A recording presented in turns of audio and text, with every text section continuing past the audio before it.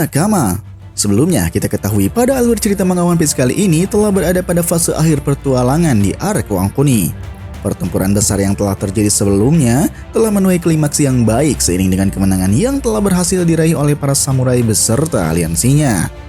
Dan di video kali ini, Paradox akan melanjutkan kembali pembahasan pada spoiler sebelumnya, yang dimana kali ini kita akan membahas tuntas isi cerita dari chapter 1056.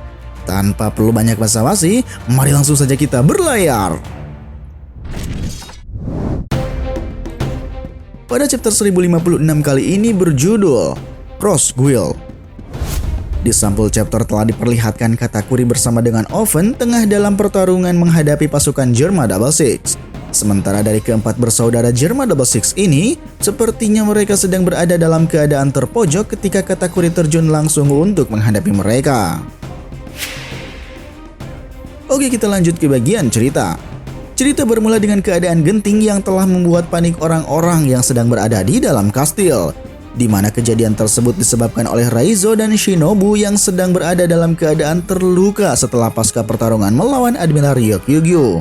Keadaan mereka di sana diperlihatkan dengan tubuh yang kurus kering kerontang, yang dimana itu diakibatkan oleh serangan akar mematikan yang sebelumnya dilakukan oleh Admiral Ryokyugyu. Di sisi lain, Kinemon yang telah merasa bersalah atas kejadian itu, dia pun meminta maaf dan sangat menyesalkan atas keadaan yang telah menimpa Shinobu dan Raizo.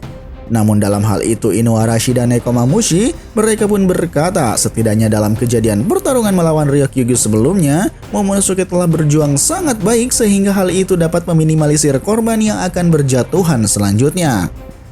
Lalu di dalam keadaannya yang sedang merasa terpukul, Kinemon menyampaikan bahwa insiden pun telah menimpa kota Okobore yang telah menyebabkan kota tersebut terbakar hangus dan luluh lantah. Akan tetapi di sisi lain, Kinemon merasa bersyukur karena Otsuru yang merupakan istrinya berhasil selamat pada insiden tersebut. Sementara di kota Okobore, nampaknya Otsuru sedang berbincang-bincang dengan seorang nenek tua dalam keadaan wajah yang sedang dibalut oleh perban. Dan di sana Otsuru menyampaikan bahwa dia akan berpindah kembali ke ibu kota bunga untuk terus menemani suaminya yaitu Kinemon. Lalu di tempat Kinemon, dia pun seolah bahagia dikarenakan Otsuru masih memiliki paras yang sangat cantik meski tidak pernah bertemu selama 20 tahun lamanya. Lalu setelah Kinemon mengatakan hal tersebut, suasana hangat pun terjadi dengan celetukan candaan yang dilakukan oleh Inuarashi, Nekomamushi dan Kiku kepada Kinemon. Di sisi lain, walau dalam keadaan yang sedang terluka, Raizo pun tak mau ketinggalan untuk menikmati suasana hangat tersebut. Sehingga hal itu memicu omelan terhadapnya untuk tetap berfokus pada pemulihan yang sedang dia lakukan. Kemudian setelah itu, Kerot pun datang ke kastil untuk menemui Inuarashi dan Nekomamushi yang telah memanggilnya. Dan setelah dipertemukan, Kerot pun saat itu dikejutkan dengan keputusan yang telah dibuat oleh Nekomamushi dan Inuarashi kepadanya. Keputusannya tersebut ternyata Inuarashi dan Nekomamushi menginginkan Kerot untuk menggantikannya sebagai pemimpin para suku Ming di Pulau Zou. Alasan Nekomamushi dan Inuarashi melakukan hal itu dikarenakan mereka ingin terus menetap di negeri Wano demi melindungi negeri tersebut beserta melayani sang shogun Momonosuke. Lalu dengan keputusan yang telah diberikan oleh Nekomamushi dan Inuarashi, Kerot seolah tak ingin mengemban tugas tersebut dikarenakan dia masih merasa ada orang yang lebih kuat jika dibandingkan dengan dirinya. Sementara pasukan kuat suku Ming yang dimaksud Kerot tersebut, mereka pun secara tiba-tiba muncul dan menyampaikan kepada Kerot untuk mempercayainya dalam hal keamanan menjaga Pulau Zou beserta warga suku Ming. Mereka pun ternyata berharap Kerot dapat memimpinnya dikarenakan dialah merupakan orang yang pantas untuk mendapatkan posisi tersebut.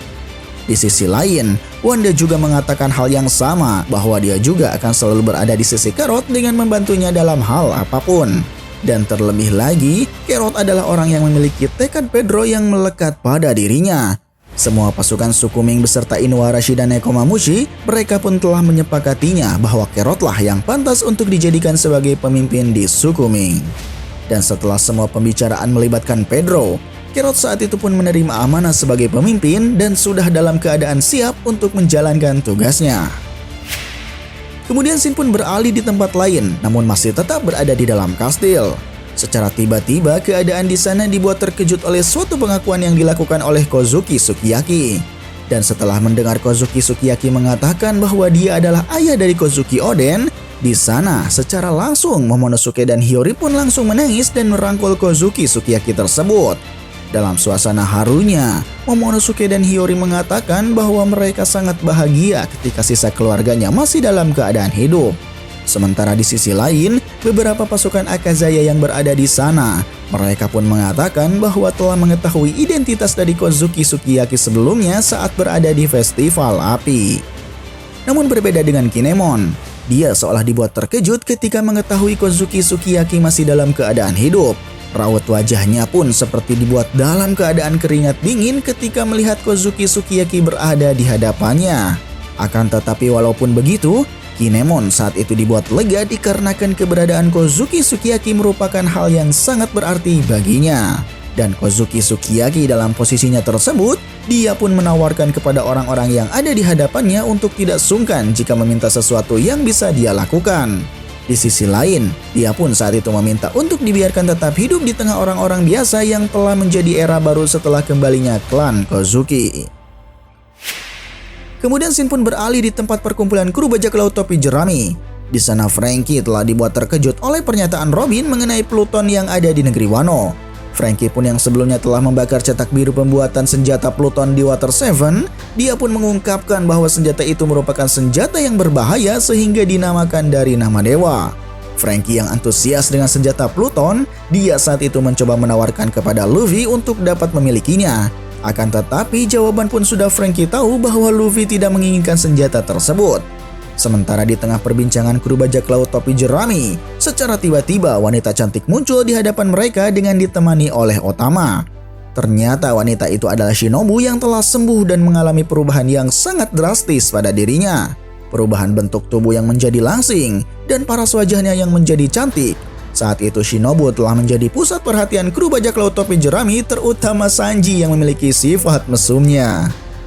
Di sisi lain, Otama saat itu malah menunjukkan latihan jurus ninjanya di hadapan kru bajak laut topi jerami. Di dalam harapannya, Otama menginginkan untuk menjadi orang yang lebih kuat dan bisa bergabung menjadi anggota bajak laut topi jerami jika mereka dipertemukan kembali. Sementara dalam keadaan perbincangan kru bajak laut topi jerami tersebut, ternyata di luar ada orang yang telah menguntip dan akhirnya mengetahui apa yang dibicarakan oleh kru bajak laut topi jerami. Orang itu ternyata Karibou dan sepertinya mereka memiliki rencana yang tidak baik setelah mengetahui keberadaan senjata Pluton. Beberapa hari kemudian, suasana penduduk di negeri Wano pun nampaknya sedang disibukkan dalam keadaan perbaikan negerinya. Beberapa restorasi mereka dilakukan di setiap desa guna untuk mengembalikan keadaan negeri Wano menjadi lebih baik. Momonosuke yang saat ini telah menjadi seorang shogun, nampaknya dia juga sedang disibukkan dalam menjalankan tugasnya. Namun sepertinya ada hal yang membuat dia merasa bosan dan secara tiba-tiba Momonosuke pergi untuk mengajak Zoro berlatih pedang. Namun sesampainya di ruang kru bajak laut topi jerami berada sebelumnya, Momonosuke dikejutkan dengan keberadaan mereka yang sudah tidak berada di sana. Dan dia malah mendapatkan kabar dari Hiyori bahwa bajak laut topi jerami sudah pergi meninggalkan kastil. Kinemon dan Momonosuke yang telah mendengar kabar tersebut, mereka pun dibuat terkejut karena Luffy dan teman-temannya tidak berpamitan sama sekali kepada mereka. Sementara setelah itu Shin pun berpindah ke pelabuhan Tokage Udon, tempat di mana para bajak laut yang telah berpartisipasi pada perang besar di negeri Wano akan kembali melanjutkan perjalanannya. Di sisi lain Luffy dan Kid, mereka malah disibukkan dalam perebutan pemilihan rute yang akan tim bajak lautnya lakukan. Namun Lau yang berada di antara mereka, nampaknya dia malah bersikap santai dan mengejek Luffy dan Kid yang telah melakukan hal konyol. Sementara dalam hal ini, Kid pun menyampaikan bahwa setelah semua berpisah meninggalkan negeri Wano, dia pun mengatakan bahwa sudah tidak ada aliansi baginya terhadap Luffy dan Lau. Dan Kid juga akan menganggap mereka sebagai rivalnya seperti saat sebelum mereka melakukan aliansi. Lalu setelah itu Kid malah dibuat kesal ketika melihat berita poster yang telah dibacanya. Dalam berita poster tersebut telah menyampaikan bahwa pergerakan Yonko Bagi sepertinya telah membuat seisi dunia gempar. Di mana dalam hal itu dia telah menjadikan orang-orang kuat seperti Crocodile dan Mihawk sebagai bawahannya. Zoro yang saat itu juga mengetahuinya, dia pun dibuat terkejut dan seolah tidak mempercayai bahwa Mihawk telah menjadi bawahan Bagi. Sementara Lau yang telah membuat kesimpulan, dia mengatakan bahwa karena alasan inilah Bagi menjadi seorang Yonko, di mana dia telah menjadikan orang-orang kuat sebagai bawahannya. Di sisi lain Luffy menanggapinya bahwa Kid dan Lau jangan terlalu mempercayai tentang Buggy, karena baginya Buggy merupakan orang yang sangat bodoh. Lalu atas informasi berita tentang Buggy berhasil menyebar luas, hal yang mengejutkan pun terjadi ketika Buggy telah menerapkan harga buronan pada masing-masing marinir yang telah diincarnya. Entah seberapa banyak harta yang dia miliki, sampai Buggy pun melakukan hal yang sama seperti yang telah pemerintah lakukan dengan cara menerapkan harga buronan sebaliknya. Kemudian saat semuanya akan kembali berlayar, Lau saat itu telah memberikan salinan poneglyph milik Kaido kepada Killer. Atas apa yang telah dilakukan Lau tersebut, ternyata dia ingin bersikap adil terhadap bajak laut Kid yang seharusnya mendapatkan salinan poneglyph tersebut. Dan Killer yang telah memegang salinan poneglyph itu, dia pun seolah dibuat percaya diri bahwa tim bajak laut Kid akan berada di garis terdepan untuk segera mendapatkan One Piece. Akan tetapi sebelum menuju ke sana, ada seseorang yang telah memiliki tanda api yang mesti bajak laut Kid hadapi untuk berada di garis depan tersebut. Seseorang yang memiliki tanda api yang dimaksud bajak laut Kid ini masih belum diketahui akan identitasnya. Namun jika kita beropini bahwa orang tersebut adalah sosok Shanks yang selama ini masih menjadi incaran bajak laut Kid untuk dikalahkan. Sementara Luffy yang menanyakan sosok yang memiliki tanda api tersebut, nampaknya Kid malah mengabaikannya dan menunjukkan rasa percaya dirinya kepada Luffy. Dan di sana Kid pun mengatakan bahwa bajak lautnya akan selangkah lebih maju jika dibandingkan dengan Luffy. Kemudian scene kembali berpindah ke dalam kastil. Kinemon dan Momonosuke rupanya masih dalam usaha untuk mencari keberadaan Luffy dan teman-temannya. Dan di tengah pencarian mereka, secara tiba-tiba Yamato memanggil Momonosuke dan mengatakan bahwa dia telah memutuskan untuk pergi berlayar bersama bajak laut tepi jerami.